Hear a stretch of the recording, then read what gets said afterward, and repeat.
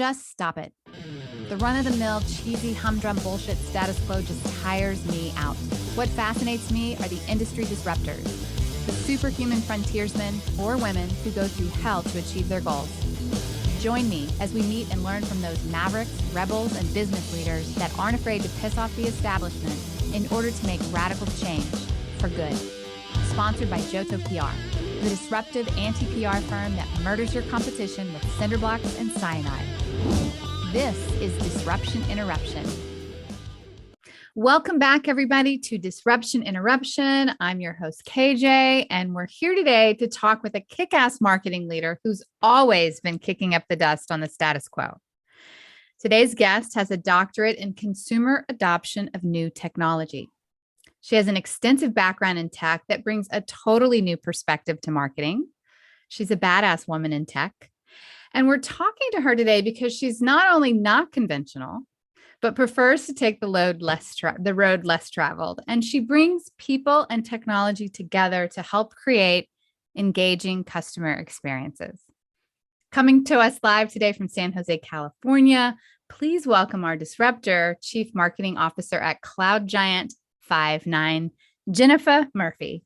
Hey, KJ. So pleased to be here. That was an awesome intro. That needs to be like on my bio or something. I know. Let's send it to you, right? Exactly. I love it. Well, there's key points, right? Doctorate in consumer adoption of new technology. Like, what the heck is that? I want to hear all about that, right? And yes, you have not taken the road. Well, you've taken the road less traveled, right? That's right. But let's say that 5 times and see how we can do that, right? Yeah, I'm not sure we would be able to. But you are an innovator and a disruptor, even in your own career and your own, like in everything you have done. So what is your main ingredient for disruption? Yeah. Oh God. To nail it down to one is hard, but I would say if it had to come to anything, it's differentiation. Differentiation, because someone once said to me, it's better to be different than be better. We can always be better, but it is better to be different than just being better. And I think you can apply that in so many different ways. You can think about that. You talk about my road to marketing. My road to marketing was different. It didn't come up through a traditional marketing path. It came up through a product management and a technology path. And I think that has helped me be a better marketer. My road to now living in the US was different. And I think that has helped me be more culturally aware and, value things like cultural diversity and team diversity. So I would say if I had to pick one, and there are always many, because I love focus, I love passion, but I would say if I had to pick one, differentiation. Yeah, that's the first time I've really heard that. But when I look at all the disruptors I've ever worked with and all I've ever interviewed, they are different. Yeah. Every single one of them have a differentiation, right? And in this age, look, let's face it, you're working with technology, right? And consumer adoption of technology. Mm-hmm. And that has everything to do with marketing, whether we like it or not, right? So that even itself is different in our whole economic landscape of what's been happening over the past 10 years, even after COVID, right? Mm-hmm. 20 years. For sure. And I think, it's interesting because it is all about, like you said, we don't want to admit that it's about marketing, but it is. And I think now is the time for marketers who have been doing some of these things for years to come into the forefront.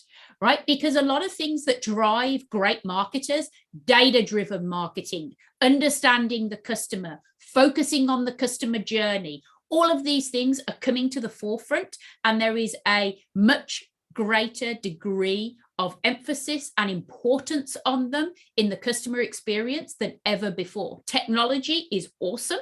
We need great tech, but if you don't have the experience as well, and you don't make people feel something, hopefully a good something, then, your ability to differentiate is limited. Yeah, so that's very true. So let's talk about this because marketers always want to do those things, right? Mm-hmm. But what's been the status quo? I mean, you said it's more important than ever, but let's paint the picture of what's been the status quo for marketers in this area.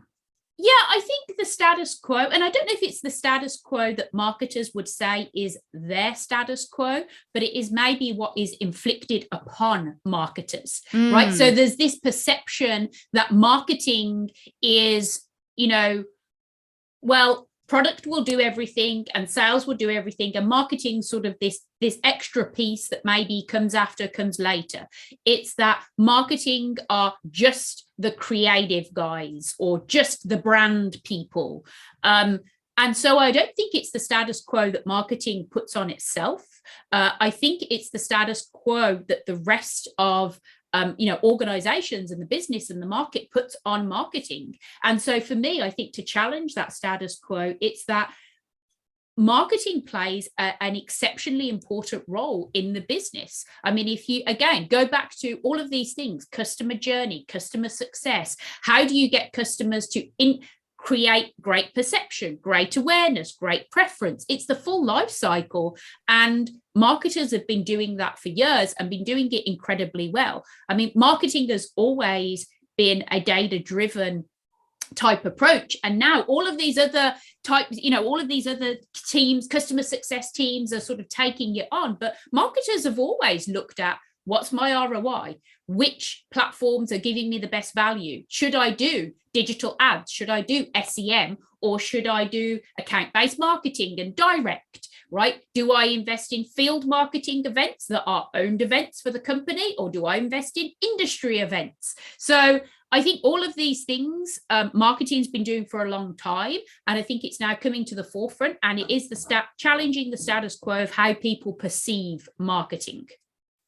That's an interesting point because, marketing is, even in my company, it's very, very data driven. I mean, I can predict to the dollar the income that will come in based off of the marketing dollars and where they are spent. And if I ratchet one thing up, what that's going to do. And if things fall, I can, predict I'm going to have a lag in income in 4 weeks. If things get ratcheted up, I'm going to have a boost in income. I mean, it's really it's just like sales forecasting, right? Yes. It's the same as sales forecasting. You know what your upside is, you know what your commit is, right? And then you can, where if you make trade-offs, what the impact is going to be. But people don't always perceive marketing in that way and don't always perceive marketers as being able to bring that contribution back to the business. So what's been contributing? So it's really not the status quo of the marketers. It's the status quo of the perception of marketing. Yes. In other parts of the business or the C-suite. So what has been that status quo? They've been relegated to what? I think they've been often, relegated to, well, you're just the brand people. You're just the PowerPoint people. You're just the people that take something and turn it into pretty graphics. And hey, I've ran brand teams, UX teams, UI teams. I think brand creative, turning a data set into something visual that people can interpret is incredibly important. And it's an area that I'm very proud to have as part of my team as a CMO. But I think there's more, right? There's more to what marketing can bring to the table. Understanding of market dynamics, right? What's happening in the market? Where are there white space that either we can go after as a company from a sales perspective or even from a strategic perspective? So contributing and partnering with, for example, strategy and corporate development teams to understand what is the white space in the market? What are customers saying? How do people perceive us? And is that perception translating into reality? It's interesting that you say that. Because a lot of the listeners of this podcast are a lot of tech companies, disruptors, those that are, on their seed fundings and their particular rounds to of raising funds to go public, and perception is number one priority for them in the marketplace. And there's been a lot of interest on marketing, PR. How do I control public opinion? How do I see where my opportunities are as far as perception in the marketplace. Value of the stock market, value of companies has boosted up to 33% of one's company's value being in perception and goodwill, right? And then we have technology. So the perception is changing. What is what's disrupting that perception of marketing? Because I'm seeing it. I think there's a few things. One, I definitely think the demographic, right? So I think if you look at the demographics of who consumers are today, there are a lot of younger consumers who have a greater disposable income, and they put more weight and more emphasis on things that are just outside of the technology. So they want to know that the brands that they're engaging with do the right thing, have an opinion on diversity and equity and inclusion, do things within their community, have a set of values that they hold themselves accountable to. And it's not just about the bottom line. It's not just about the revenue. It's about their contribution. So I think one thing is definitely the demographics of the buying population, whether that is in a B2C world or even in a B2B world. In a B2B world, it manifests itself in who are the new leaders within the organization who are purchasing software. Those leaders are starting to be a younger demographic, moving through into more senior roles, into buying decisions. And even if they're not quite the buyer right now, they definitely have a strong influence. Right. So, and they're the ones that typically do a lot of the research for the buyers today. Exactly. And they're providing the recommendations and they're looking at different factors. And so, I think I've always been a big believer in brand intimacy, and brand intimacy, definitely looks at the factors around the technology, about the experience. So I think one of them is the demographics of who are the buyers, who are the consumers. I think another piece is just you look at the sort of market landscape that we're in right now, whether that's sort of political or economical or just society in general, I think is taking a step back and saying there must be more. There must be more than just profit. There must be more than just these big giant companies. So I think those are just two of the factors that are impacting it. Well, I think that's huge. And I want to get to the second one in just a second, because you said something that was, I think that happens every time you have a cataclysmic event or something, people start to question, there's got to be more to this, right? But it goes back to the buying demographic, which is also the consumer demographic that has changed in the sense of they want to buy from someone that gives more value to life, right? Yes. Yeah. Whether it's diversity and inclusion, whether it's environmental, whether it's helping your community, this is a huge change and shift into just profits, as it was in the buying consumers before, right? It is. And like you said, right, I mean, it manifests itself in many different ways that I think especially a lot of startups and new companies have to be aware of. Things like board diversity. So if you're thinking of setting up your new board, there are a lot of states right now in the US, and it happens to be in the UK as well, where, board diversity is a mandate. It's not a nice to have, right? You have to have board diversity, and it's being incentivized, and some of the large financial players out there, Goldman Sachs, have made statements about where they will invest based on things like board diversity.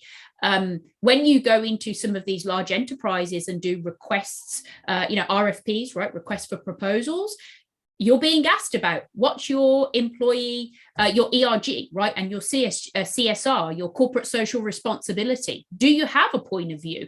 And these are things which I think smaller companies might think, well, I don't need to care about those until I'm a bigger company. That's not me yet. But I think now more and more they are filtering down. And so I think for companies who are just sort of getting in the game, getting ahead of some of those things, I think could actually help be a differentiator. Yeah, I agree. Do you have any stories of any companies that have done that have really differentiated them? So I think actually there's a great report out there. It's by a group called MBLM. So go to mblm.com. They do an annual report. It's called the Brand Intimacy Report. And basically what it does is it studies companies all over the world, and it looks at who are the most intimate brands. And it looks at intimacy based on a number of different factors, everything from employee social responsibility, through to, diversity and inclusion, and all the different essentially emotional connections that we create between people and brands. And so you'll see some of the heavy hitters on there. You'll see Apple and Amazon and Disney and Target. But then you'll also see sort of some of the smaller companies, or even companies that you might not necessarily associate, right? So that you can learn from. So for example, USAA, I think, is a great one, right? USAA, I agree. Their customer service is second to none. Their members absolutely love them. I think there is rave about them. So much to be learned from there. But then there's brands on there like Instacart, right? Instacart, great job in what they do, and how they look at brand intimacy, and how they sort of put a priority on it as well. So I think that's a great way to go and look at it. And you can actually go in on mlb.com and you can look at age. So you can look at the demographic, you can look at income, you can look at gender as well, and you can look at what are the differences between some of these companies based on those different demographics as well. Oh, that's interesting. And this is all rating them on brand intimacy. This is all rating them on brand intimacy, and essentially what is it that actually that matters, and some of those softer things, right? So they'll look at demographics, they'll look at ROI, but they'll look at the broader ecosystem. And these companies, when you talk about brand intimacy, you're talking about what they're doing to really differentiate themselves to make the customer experience incredible, right? That's right.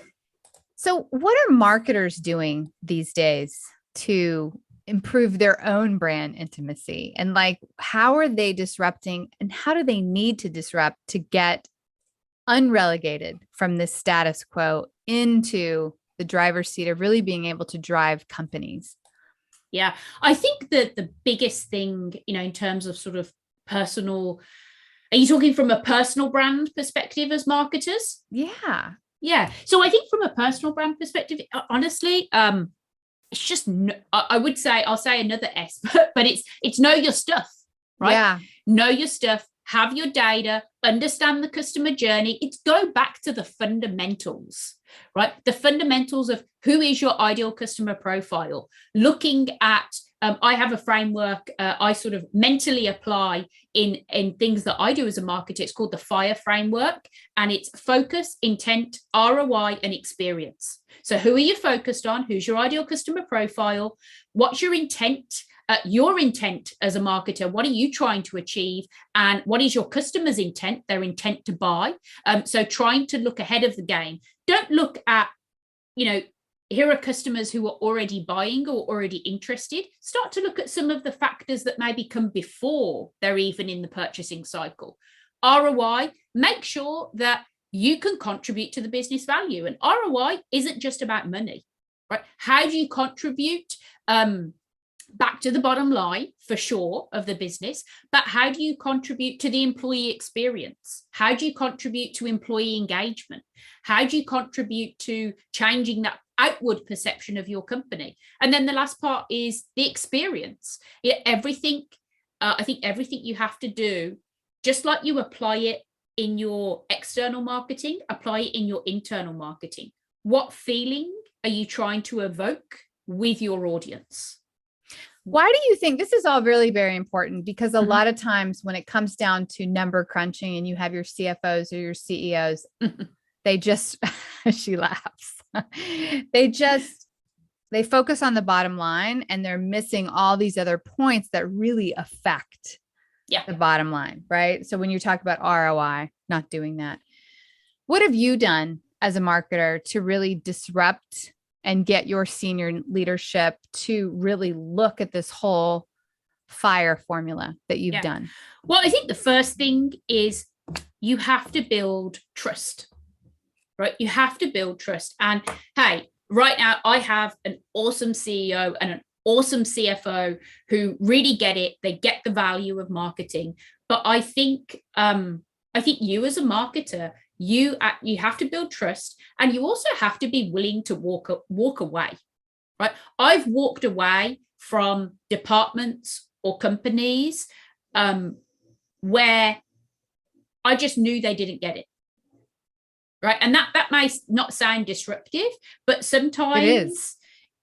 Sometimes being willing to say no and being willing to walk away is actually disruptive, because it helps you to change their mindset, because it makes them realize, well, hang on, why is this person walking away from my department or my function or my company? And then it also sets you up for success. So I think, first of all, you've got to find a company that believes in marketing. Second, you've got to take the time to build trust. And sometimes that means, we have a bit of a running joke actually with some of my colleagues that I work with in other departments right now. They're like, hey, Genefa, we need to create some marketing fluff. And they say it in a loving way, right? But at the same time, that is the perception that sometimes people have, right? That it's marketing fluff, that it's not real. And you have to be willing to sort of take some of that and be like, yes, I get it. And build up your trust. But then you take a point in time when you're like, no, this is what we need to do in order to move things forward.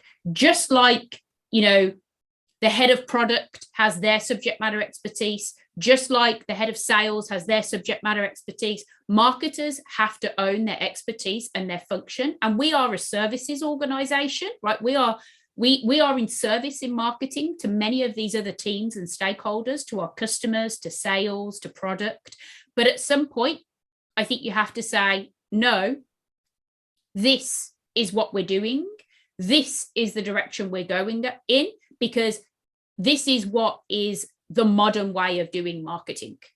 Because everyone thinks they're a marketer. Everyone, it's true. And how do you build that trust when you really put your foot down and you say, this is where we need to go? How do you back that up? Right? How do you? It goes back to the data. I think it goes back to the data and having to build a dashboard to show, here is the ROI, here's the investment that you as a company, right, you as my CEO or my CFO, my head of sales, etc., that you have trusted and invested in me, and here's what I'm giving back to you. And that ROI can be a money-based ROI and improving things to go from, a 2-to-1 to a 5-to-1 ratio, or even higher. Or it could be in things like NPS, Net Promoter Score, right? It could be in how you change share of voice in the market. It doesn't always have to be just pure dollar-based. And the definition of success, I think, can be different, but you have to take the time to educate and to inform. And you have to be prepared to take the shit from people when they will question you, and they'll brush it off as not a success and not real ROI. You have to just keep on, singing that song and showing the value that you can deliver in multiple different ways. Yep. You definitely have to connect the dots too. Yeah. You got to have thick skin. I will say, you got to have thick skin, because everyone thinks they're a marketer. People often think marketing is fluffy. And then I think when you do that, and like I said, I'm very fortunate, at the moment to work with some excellent leaders, my peers, who just really are super, super supportive. But not everyone has that. And I think you've got to acknowledge that. And that's why you've got to be determined, and you have to let the data tell the story for you. Right. And you have to collect the data and figure out what your success, how are you going to measure it? Yeah, a great trick actually that I've used in the past, and I'm encouraging my team to now use this more, is write your press release for 6 months' time or a year's time, right? So in a year's time, for example, what do you want your press release for your company, for your team, for yourself to say? Because I think if you read that press release and it's not compelling enough, you will reevaluate what you focus on and what the key results are that you put down as a goal for yourself, for your company, or for your team. It's really interesting that you do it that way, because press releases is all about molding public opinion and perceptions, and you're doing it on perceptions. I think it's really interesting. I want to talk about your doctorate, because all of this seems to lead back to that, right? You have a doctorate in consumer adoption of new technology. I've worked with technology companies my whole career. And I do know that features and benefits and speeds and feeds do not sell technology. It is an emotional buy based on a perception, right? And consumers adopt a technology based off of perception, right? How does that fit into this when you're working with CEOs that get it? They understand that perception changes reality. Right. And when you work with, based off of all your experience in your doctorate, how do you use that to disrupt and get your leadership to understand that consumer adoption mindset? Yeah, so I think it comes down to, just looking at what are the 4 fundamental factors. And the reason why I chose that topic is because it blended psychology, sociology, and computer science and technology with business. And it pulled from various different models and learnings from each of those different areas to ultimately come down to what are the 4 factors which most impact adoption within a technology realm. And those 4 factors are effort expectancy, performance expectancy, facilitating conditions, and social influence. Okay, give me those again. So effort expectancy. Expectancy. Give me how easy is the technology to use? How much effort am I going to have to put in? So this translates, right? And a lot of it, I think, is about translation. This translates into things like UI and UX, right? UI, UX, and that's everything from product UI, UX, all the way through to your website UI, UX. So on your website, are you making it hard for people to get information? Are you gating all of your assets? Are you making your content consumable? There's a lot of emphasis at the moment around micro learning. Do you have snackable, useful pieces of content that people can actually get, right, with minimal effort, that they consume on their mobile phone, that they consume on their, desktop, laptop, iPad, whatever it might be. The next piece is performance expectancy. So am I, as a consumer, going to get an ROI? Am I going to get more value? I've been in IT for a long time. Automation, I spent a lot of my life in test automation and quality assurance and testing. Going in and speaking to customers about, doing testing.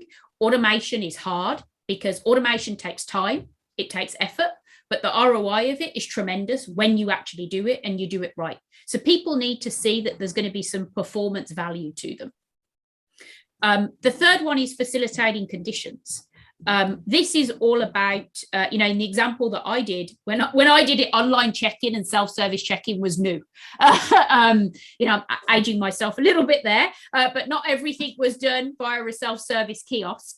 And at the time, the company that I was working with, they didn't, you couldn't identify yourself with a passport. You had to use your credit card. And that was a negative facilitating condition. And you think, well, why? Everyone's got a credit card. Well, yes, but then it made people think, am I repurchasing this ticket? Are you charging me to do this self-service check-in? Oh, no. I'll just go to the desk and I'll go speak to an airline agent. So when they actually changed to using the passport, that didn't have that connotation. It was an easier facilitating condition that they could, they actually increased their adoption.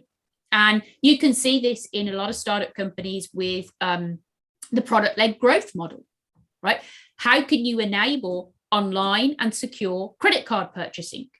Do you have a trial for your product? Can people just purchase, up to a certain number of licenses themselves without having to call a rep, without having to do a purchase order?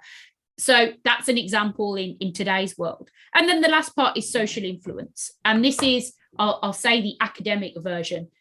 People will be more likely to adopt a new technology if they believe that important others are adopters or advocates of that technology.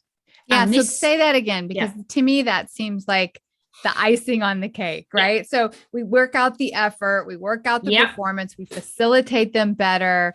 Okay.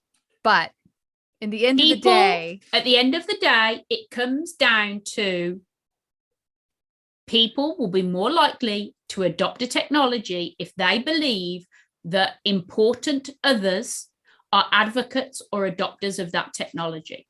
And from a marketer's point of view, it's something we've known for years. Word of mouth matters.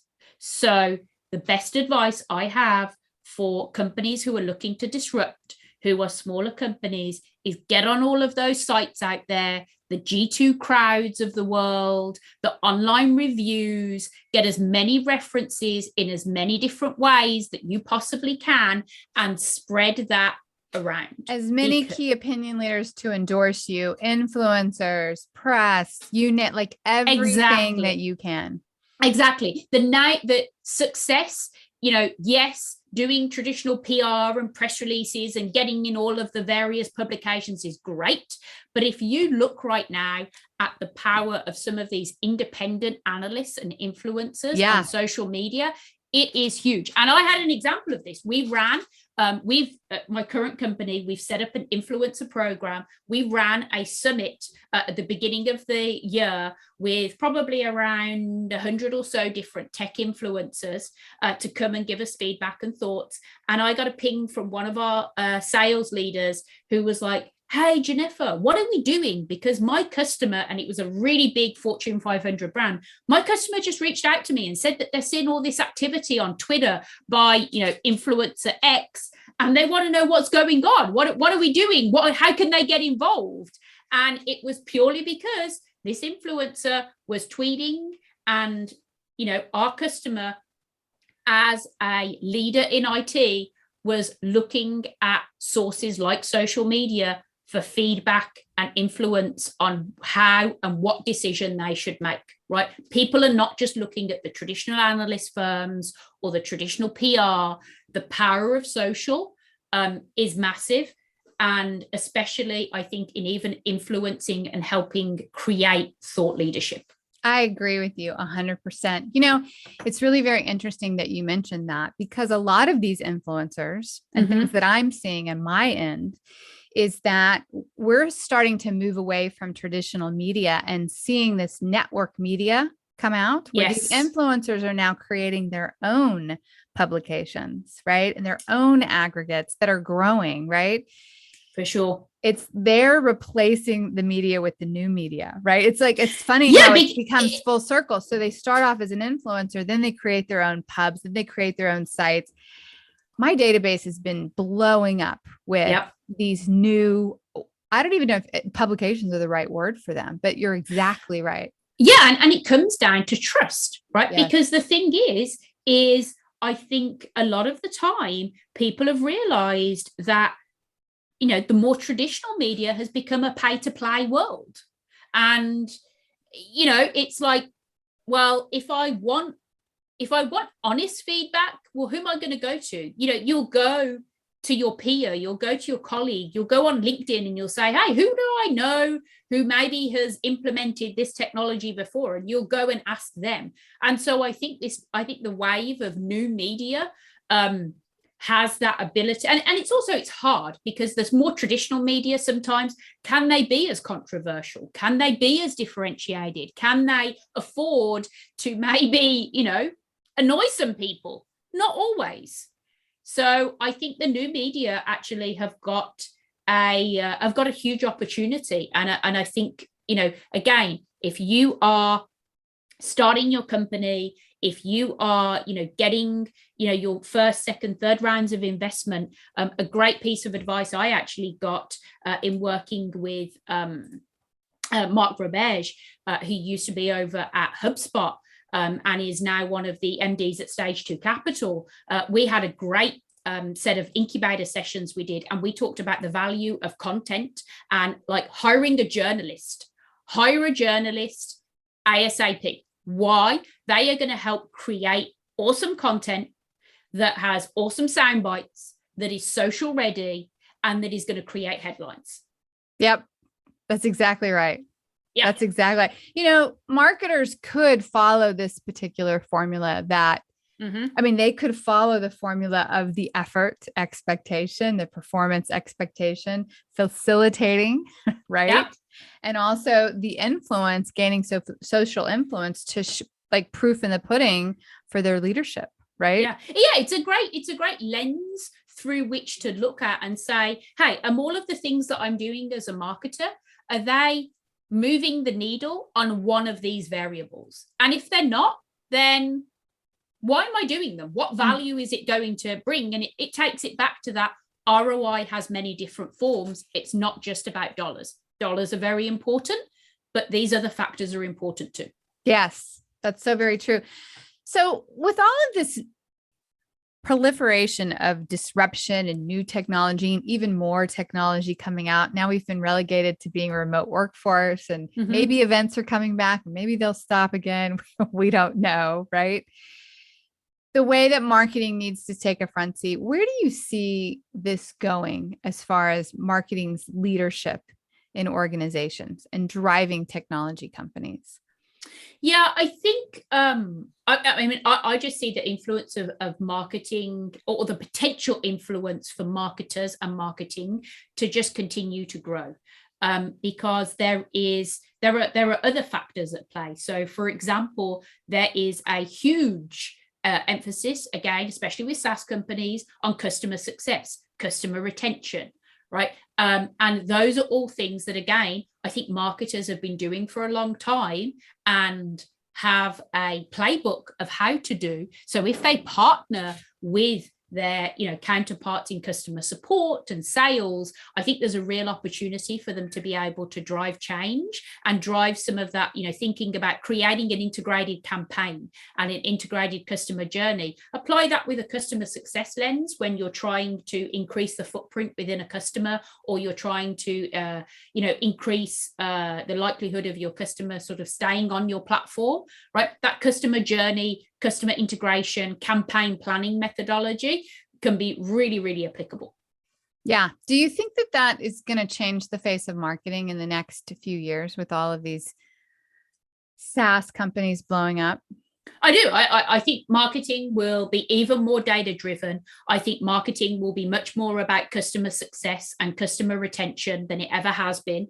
I think especially once a company gets to a certain scale, and that scale doesn't have to be huge, I think, the shift will happen between just trying to acquire new customers and trying to retain new customers. And it used to be, we're all about acquiring new customers, but as we all know, it is much more costly as a marketer and as a sales team to acquire new customers than it is to retain. And so I think the way in which you think about customer retention and what would traditionally be called install-based marketing, and using things like account-based marketing, but applying them to a prospecting world, will become ever more important. I agree. And so tell me about Five9 and what you're doing there to really shake things up.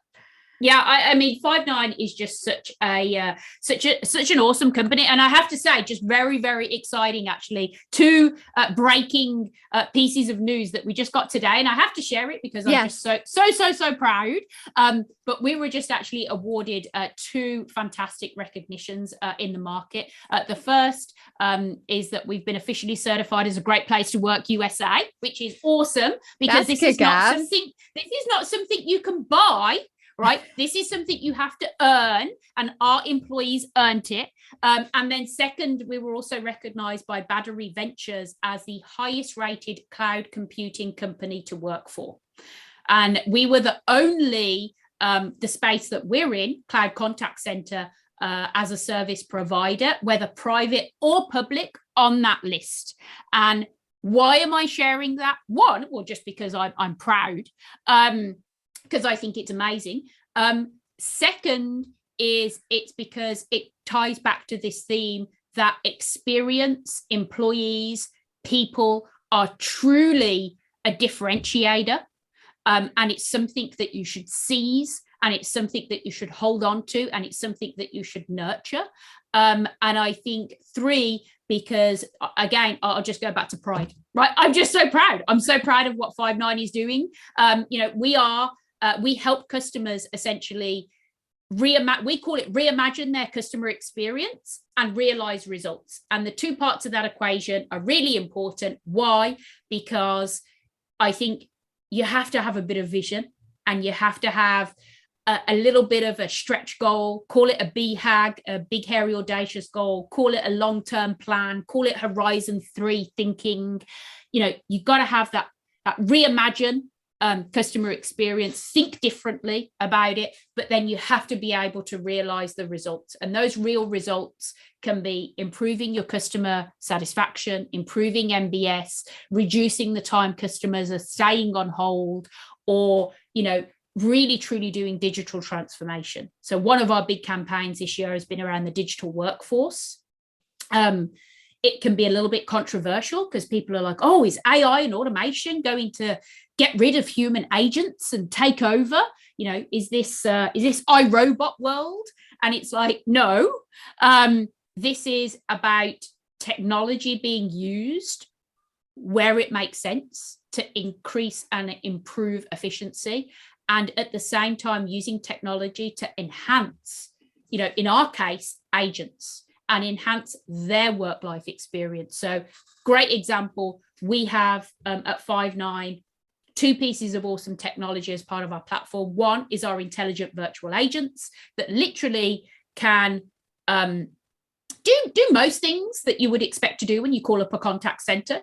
Change your address, check your bank balance, check on the order status, some of those depending on what industry you're in. But then we also have great use of AI in a product called Agent Assist, which is all about how do we use AI and automation to help the agents, the real life agents who are taking calls, sort of coach them, do real-time coaching with them, make their life easier by doing call transcription and call summarization so that they don't have to. So I think that's what we do. We essentially help customers reimagine their customer experience and realize real results. We do that through our intelligent cloud contact center platform and moving customers from on-premise to the cloud. And we do that by embedding AI and automation in everything that we do. And it ties back to the fact that it is much more than technology. It is about the experience. And to bring it together, that's why those two recognitions are so important, because as much as our technology is awesome, and it is award-winning, our people are just as, if not even more awesome. And it really, really matters. And it really makes a difference. And that is really awesome. I mean, congratulations. It really says something about the company being end to end with their technology. Yes. It's not just a customer experience, but it sounds like what your technology is doing is making the employee experience so amazing that it does also further enhance the customer experience. It does. And those two things are very, very, close together. Employee experience and customer experience equals total experience. There are many quotes out there. Ultimately, if your employees are not happy, and if your employees don't enjoy what they're doing, and their life is not being bettered by technology, then go back to Great Resignation. People will leave. They'll leave the company. They'll leave the job. They won't bring the ideas forward. They won't, sort of get involved in collaboration and better communication across the company. So I think all of those different things are 100% connected. Yeah. And that's really great. You guys are spearheading that. Okay. Genefa, who are you? Were you always into like some sort of creating great experiences when you were growing up? Were you like completely shy and introverted and something changed you one day? I mean, what I was know. I it think like? I still am shy and introverted, to be honest with you. It's like probably not the best trait for a CMO. But I don't know. I mean, yeah, hey, take it back to when I was a little kid and I used to play with my best friend. And we used to have our pretend restaurant and make different colored drinks, that we would serve in my mother's china cup. And once we actually ended up completely turning our patio at home into bright blue and orange because we were making these colored drinks. But we had a fake restaurant, but it was an awesome experience. We thought about everything. We thought about the color of the drinks. We thought about using china versus plastic. So yeah, definitely experience always been in there. But I think I've always loved looking at things through the consumer's eyes, the other person's eyes. How are they going to experience it? And I think it goes back to, I grew up in an Italian family. My mother's Italian, my father's British. We're a very emotional bunch. We're a very vibrant bunch. But, think about it. I think a lot of great memories are about feelings. And it's at such a personal level. And so for me, I always think about, well, what is that other person feeling? How are they feeling? What am I saying? Is that making them feel good? Is that making them feel bad? Are they going to walk out of here and remember something? I've worked with a ton of C-level leaders. And, when it comes to like keynote time at events, you mentioned events earlier, everyone spends all of this time, oh, what am I going to say? And, here's my 20 slides. And it's like, stop, pause. What do you want them to feel? Because that's what they'll remember. They'll remember what they felt. They'll remember the emotion. They'll remember that you made them feel good, bad, excited, or bored. That's true. Amen. And they probably won't remember half of what you've said, right? but did you make them feel happy, sad, excited, or important bored? Yes. Yeah. Did you speak to their problem, right? Or were you just speaking about what you wanted to know, what your company does, right? And that's a fundamental of marketing. Again, tech is awesome, but what problem are you solving? It's true. And that isn't that the number one rule in branding? Don't talk about your solution, talk about the customer's problem. Exactly. I mean, number one branding rule. How did you get into technology though? Being such an experienced girl, female. I mean, and then you went into this like very binary industry, which is great because now you're bringing like almost like the social sciences into the hard sciences. But how did you get into that? Like, would you say, oh, I want to go into this area because it's so different? No, it was completely by chance. Completely by chance. I wish I could say, yes, I had it all planned out and it was awesome. But no, I didn't. And honestly, that's one of the great things that I would advise. Like, don't underestimate chance. Don't underestimate luck. And never write something off. And sometimes it's okay not to have a plan, because if you have too hardcore a plan, you might miss out on some of the greatest things and the greatest opportunities. I was in consulting. I was doing SAP implementations, fun. But at the same time, in big pharma, but at the same time, I was also doing change management because we were rolling out a new SAP system. And it was a lot of change management within the companies that I was working with. And that for me, I sort of realized that I loved this blend of technology to solve problems, but then also dealing with the human factor. So how do I get people to be open to the technology? How do I get people to change their behavior and develop new muscle memory? Because that's hard, right? That's hard to, and especially I think as you go through different phases of a company, to get out of that habit of, oh, well, this is what we've always done, and sort of go, okay, this is what we've always done. It's great to say that, and it's great to have that so that you can say, and this is what has worked and this is what hasn't. But then I think you have to look at every situation and just say, hey, could I do something new? Is there a different lens to apply to this? So for me, I was a consultant. I was doing technology implementations.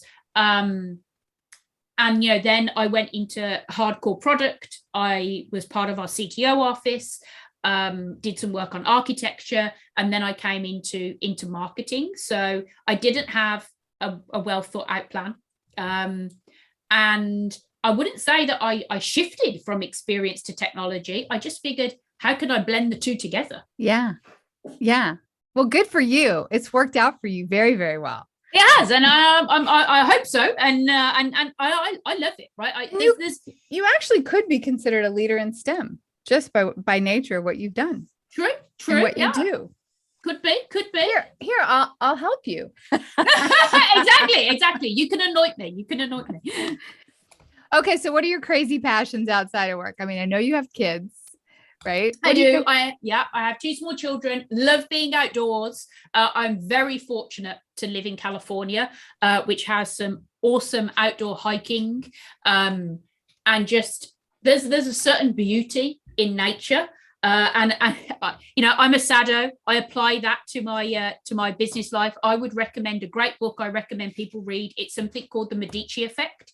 It's all about differentiation. It's about the clashing of different worlds. And I relate it back to nature because one of the first stories in there was an architecture company who had to build a new building in South Africa without air conditioning. So they had to think about how they did temperature control, and they actually looked to nature and how different animals build their homes, like ants, for example. And ants actually use a system of sort of opening and closing of different holes in their little ant hill in order to regulate the temperature within the home itself. And they took that and they applied it to the building. So created a series of, they put the windows on timers, a series of opening and closing of the windows to control the airflow and the temperature within the building. So amazing. I'm very passionate about nature, love being outside, love hiking, love learning from nature and applying it to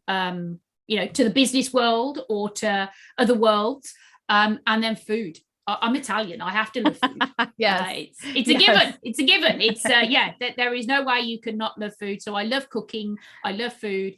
I am not one of these people who runs and it frees my mind.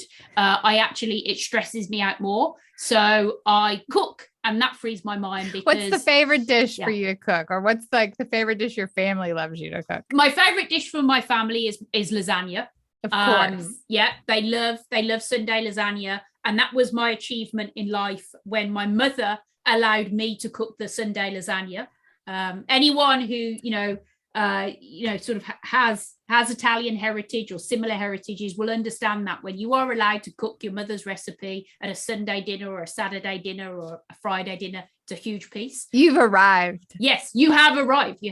And then I do make a mean mushroom risotto, which is fantastic. Takes a long time, but it is beautiful. It is creamy. It is awesome. Okay, that sounds delish. How do people get a hold of you? So you can follow me on Twitter at Genefa Murphy, or you can look me up on LinkedIn. There is only one Genefa, so my name is a little bit unique. I will say it is. I do think that I can make that claim that there is only one Genefa. It's Genefa for Apple. So you can look me up on LinkedIn, Genefa Murphy, or on Twitter at Genefa Murphy. And you can, of course, take a look on the Five9 website as well. And I'm there. I share things personal, share things work related. Just things that are generally of interest, and I would love to engage with people for sure. Yeah. Genefa, thank you. I think people should reach out to you if they have questions about marketing, they have questions about customer experience. I don't think it just has to be a marketer. A lot of our listeners are in the C-suite. They should reach out to you. Thank you so much for your insight. Thank you for having me. It has been great. It has been a great conversation. And I just hope that I've applied my own lesson and approached the answers through the lens of those who are listening. So it's been great to be here. KJ, thank you for having me. And really enjoyed it. You bet. Okay, guys, thanks for listening to the Disruption Interruption podcast, where we transform lives, change consumer behavior, alter economics, and never accept the status quo. Ciao for now. Because we live in a highly litigious society, with America being one of the top litigious countries in the world, here's our legal disclaimer. This information is not intended to be a substitute for professional public relations or legal advice. Do not disregard seeking professional, legal, healthcare, or financial advice, or delay seeking professional PR or legal advice because of something you have heard here. Contact an attorney to obtain advice on any particular legal situation or problem. Use of this podcast or our website or any of its social media or email links do not create an agency-client relationship between Johto PR and the user.